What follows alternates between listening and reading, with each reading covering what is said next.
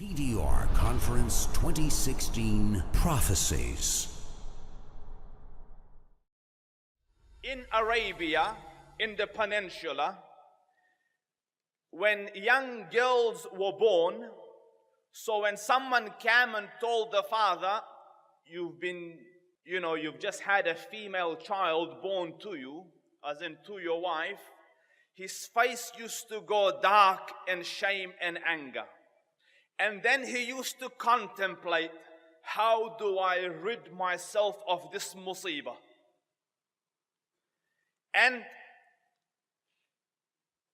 for some of them it was instantaneous, for some after some time, but they used to, and for some they didn't do it, true, but many of them would go and dig a hole and bury the child alive.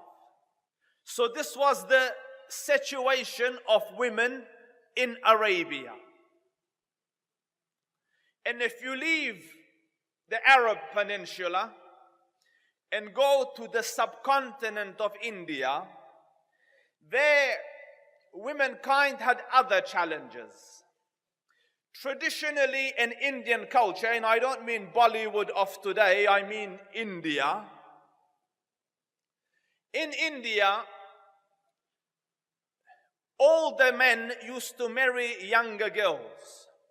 So by default, naturally, it could be anticipated that the man would die first.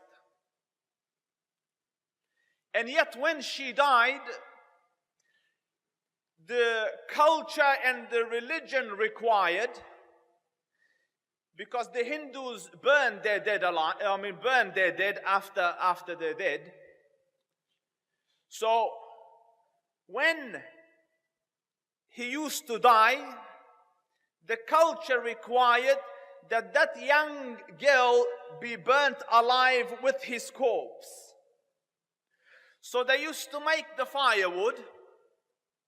She used to be made to sit on top of it, and then the fire used to be lit. And you can naturally imagine that when there's fire under you, you'll jump, you'll run, you'll scream. So they used to get these long sticks and hold her down from afar. The practice is called sati. It was there even when the British went there in India. When they colonized India, it was there. And they made it illegal after some time, as in the British. So that was the situation of women in the subcontinent. And if you left the subcontinent and move a little that way towards Persia, where our background is, there the king was in the process of marrying his own sister so that he could have purebred royal children. And you might think, Ustaz, let's go to the enlightened Europe. In Europe, they didn't consider women to be human. And then later they said, the church, the Catholic Church, that she is human, but defected, and that she is inevitably evil. She has Eve in her, as in Mother Eve, who took man out of the favor of God, made him eat from the forbidden tree. And in case you're wondering, what about our cousins, the Jews?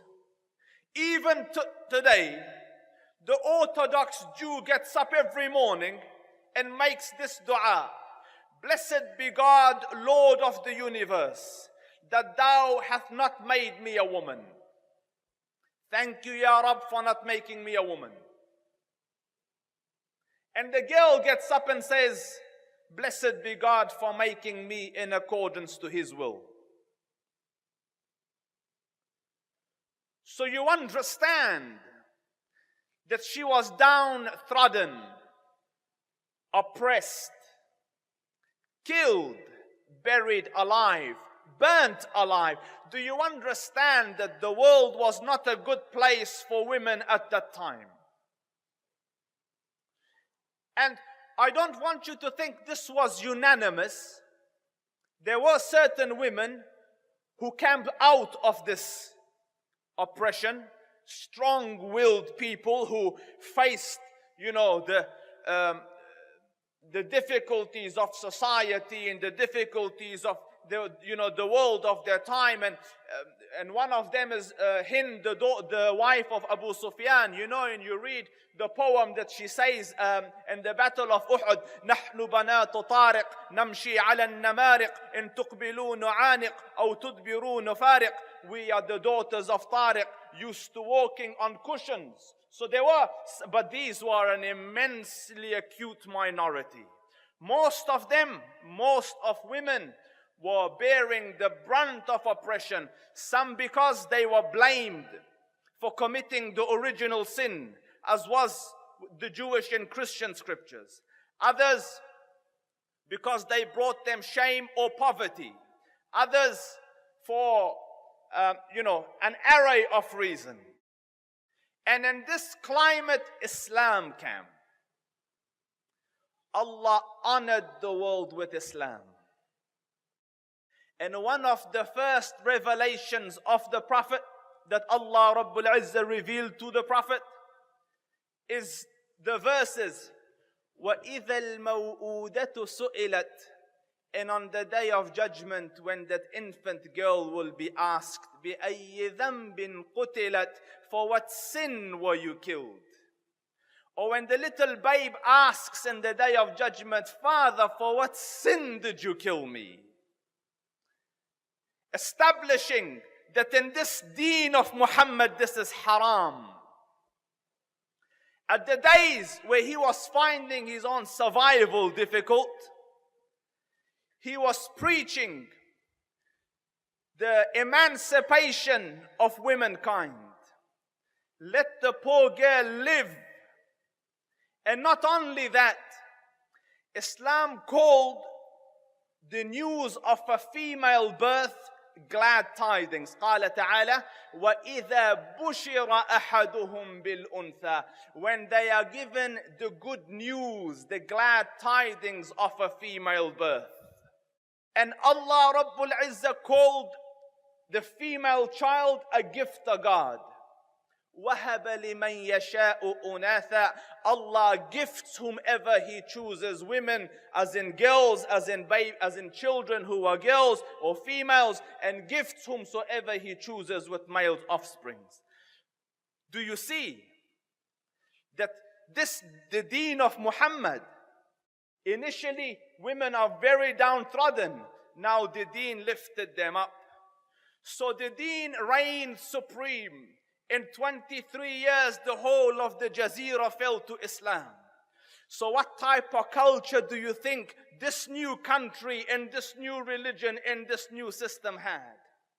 This system considered the birth of a female child a gift to God. It considered the news of her birth glad tidings. When she was a girl, and in your house, as in her father, the Prophet said, if you bring 3 girls up and manner them and teach them till they reach independence or they move to their husbands' houses, you will be resurrected next to me like this in Jannah. So the Sahaba said, I don't have 3 daughters, this is not my calling. What about 2, O Prophet? So he said, whoever has 2 daughters and brings them up, as in teaches them and prepares them until they reach independence and go into their husbands' houses, will be resurrected next to me like this in Jannah. And the Ashab say, had we were to ask for one, he would have said the same.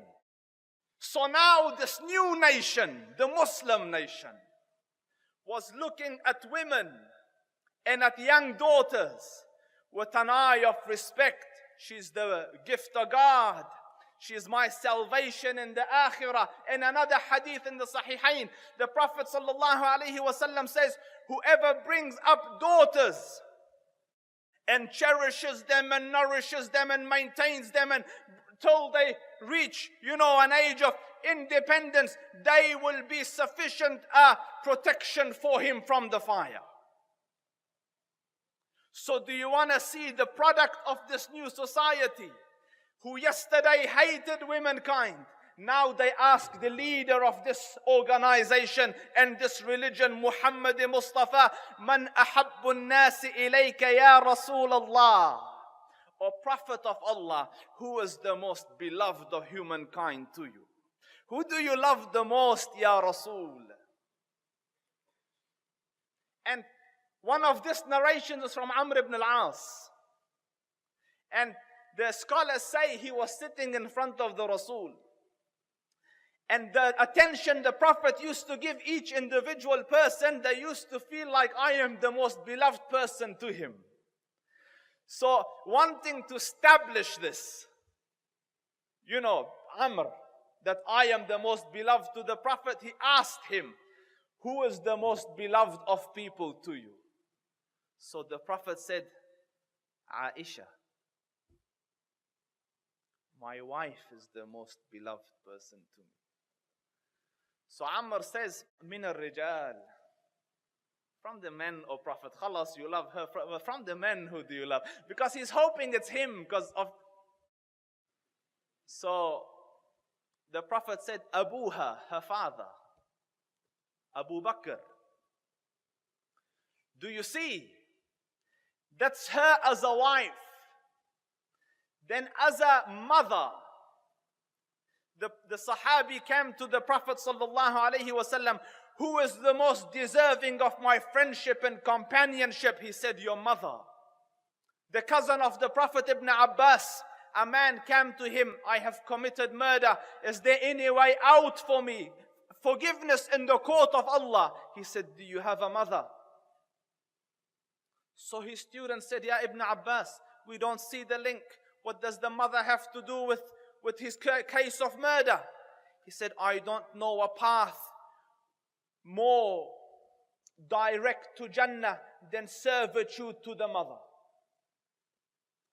I don't know a more easier path and direct path and faster path and shorter cut to the pleasure of Allah than to serve the mother.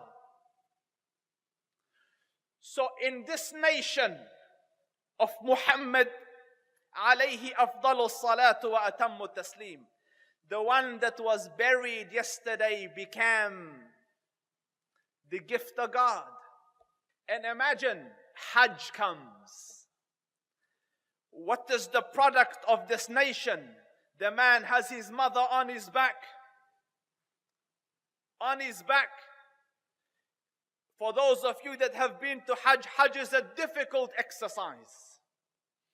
And he has her on his back, on his shoulders, and is doing the tawaf. Proud and happy that I am serving on my old mother. And the pleasure of God is in this, and the pleasure of the Prophet is in this. And so happy he is in this act that he looks at Ibn Umar. Ya Ibn Umar, have I repaid the kindness of my mother? I have served. I am carrying her doing the rounds of tawaf. Have I served? Have I repaid her kindness? And Ibn Umar said, not even an ounce of it. You're indebted to her for till eternity come. So this was the status that women occupied in the world of Islam.